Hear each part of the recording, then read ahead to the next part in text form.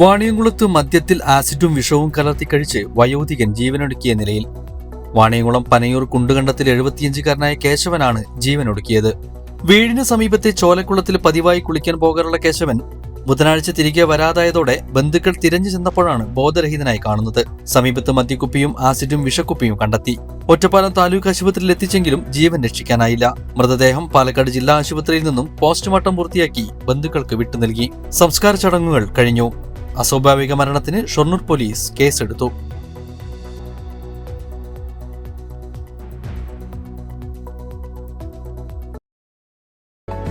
അഞ്ച് ശതമാനത്തിൽ തുടങ്ങുന്ന അഡ്വാൻസ് ബുക്കിംഗ് സൗകര്യം, 2.5% തുടങ്ങുന്ന പണിക്കൂലി, സൗജന്യ ഇൻഷുറൻസ് പരിരക്ഷ, മെഗാ എക്സ്ചേഞ്ച് ആനുകൂല്യങ്ങൾ തുടങ്ങിയ മറ്റു ഓഫറുകളും.